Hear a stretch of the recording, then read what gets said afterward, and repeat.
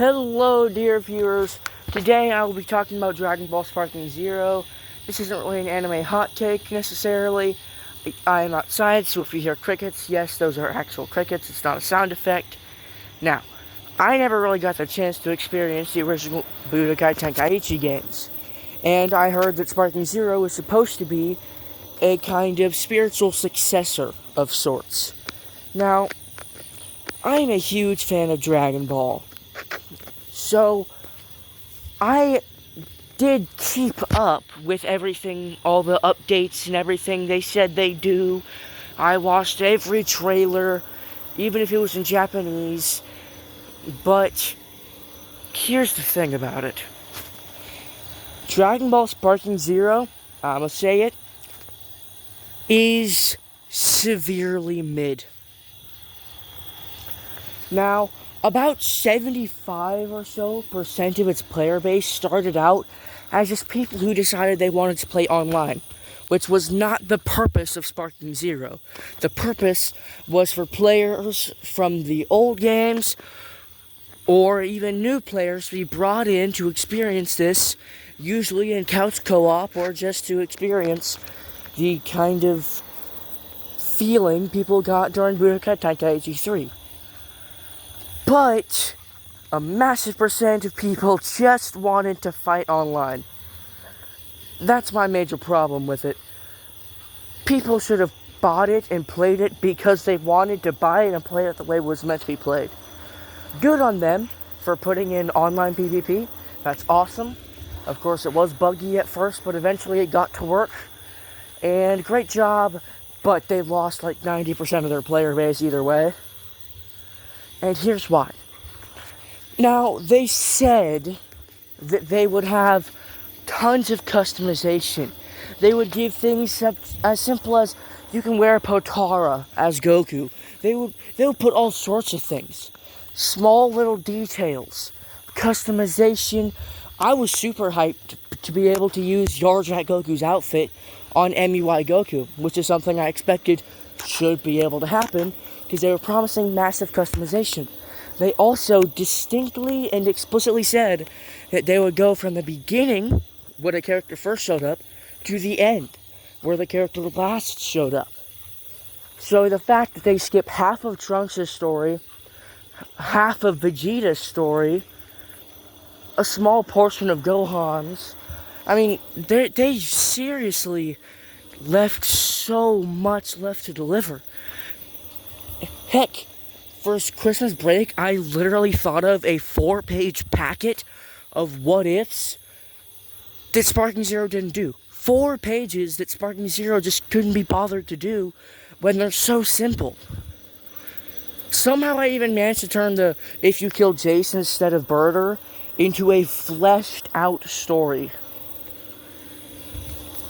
It's cool. But they didn't deliver on what-ifs. A few of them were awesome. Gohan Black, that's hype. But most of them didn't deliver.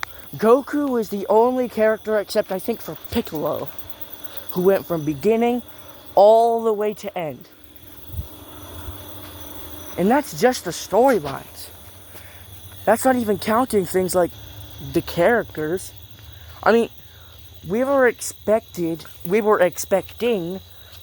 more characters. I mean, when Sparking Zero was announced and confirmed to basically be a spiritual successor, we expected crazy characters, like in Budokai Tenkaichi 3.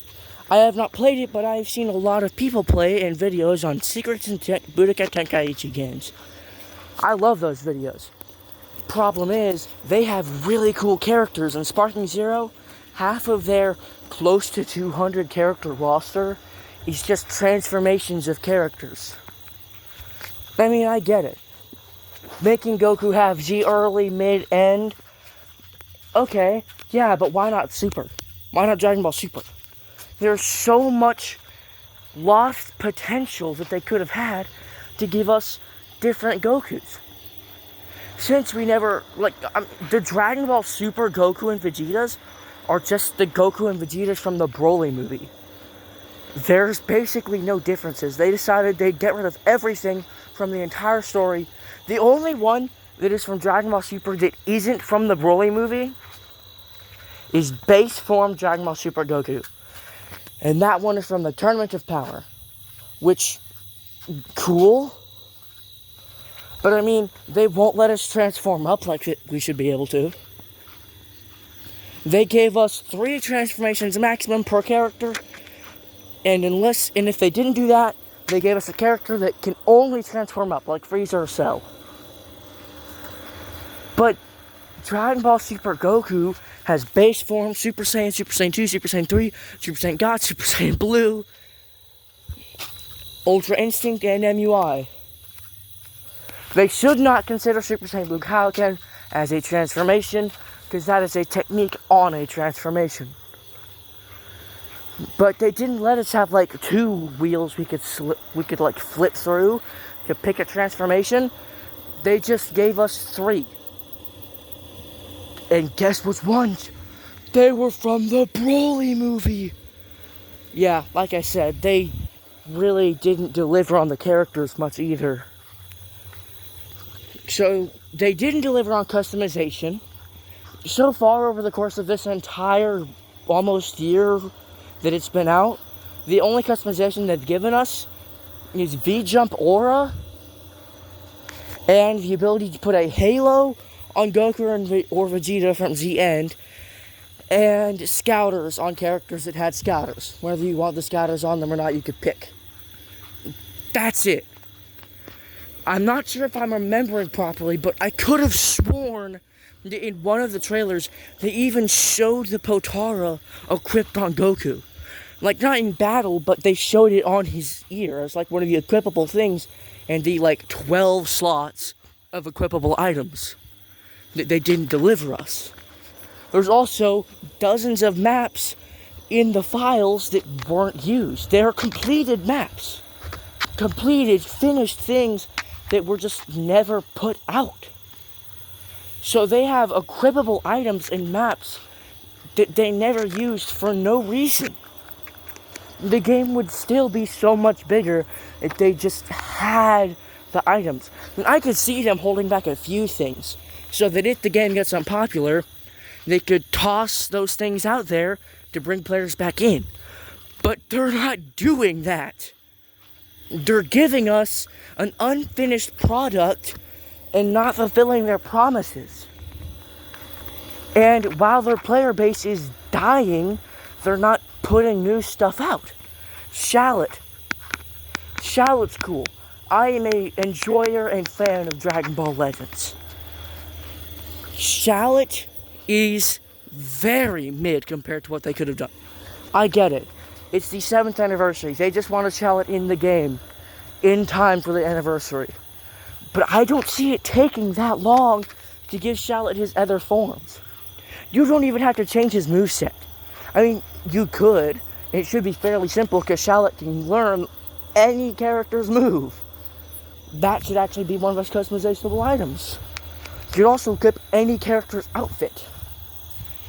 So maybe you could have him put on Trunks' outfit and have all the moves of Trunks in his transformations. Or maybe one of the equipable items is you can equip which transformations you want him to have. That would be so cool. But they gave us base Shallot. Of course, his moves are awesome. They're in line with Legends. He has a combination of 3 different characters, like rushing attacks, as his rush attack. And they have his wild cannon, or whatever it's called. Sorry, I don't quite remember off the top of my head. But his wild cannon thing as his blast type move, and then, okay, his ultimate is awesome. That is the one thing I think they completely delivered on. His ultimate, it does look like a rising rush. That was amazing. But they didn't deliver on anything else. I have made several custom battles with Shallot, but I can't do anything past making someone equal to base Shallot. I can't put him up against someone like Golden Frieza, because Golden Frieza would realistically wash him. Because it's base. If they would have given us Shallot's Super Saiyan Blue form, I could do so much more. But they didn't deliver on Shallot. They never delivered on the customization, the characters, the stories. There's so much wasted potential that they never went through with for no apparent reason. They made so many promises and didn't fulfill any of them to their fullest extent. It's like they did half of it and said, we're done. I know the game's not even a full year out. And I know that a lot of people say that usually games like that will get really good after a year. But if they don't drop the Daima 3 DLC alongside all of the maps they missed from Superhero and Daima, and the Broly movie and every other movie, then it's just not worth it. The Red Ribbon Army base would have been so hype. I mean, seriously. Same for Broly's mountain area, or King Goma's castle. There are so many things. The sheer quantity of things they could have done to make the game so much more hype. And the best thing they can do for our DLCs is give us characters, and that's it. For Superhero DLC, we got one alternate outfit and like 11 characters or something. Which, cool, a lot of characters. But where's my Red Ribbon Army base? Where's my Piccolo's training grounds? Where's my Piccolo's mountain area? And then they dropped the first half of the Daima DLC. Where's my Demon World 3 and 2? Where are all of these cool, awesome potential areas that we could have had, but they're not giving us? I'm going on a rant. And I'm sorry about this long rant. If you made it to the end of the video, thank you very much for watching. Consider liking and subscribing. But I will leave you with this message. Sparking Zero has potential. They just need to grow on it.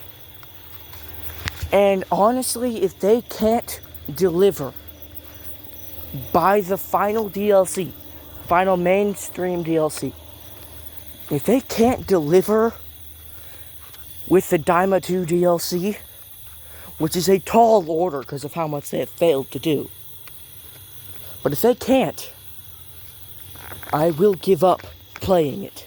Of course, after I make like 5 custom battles, but I will give up on playing it.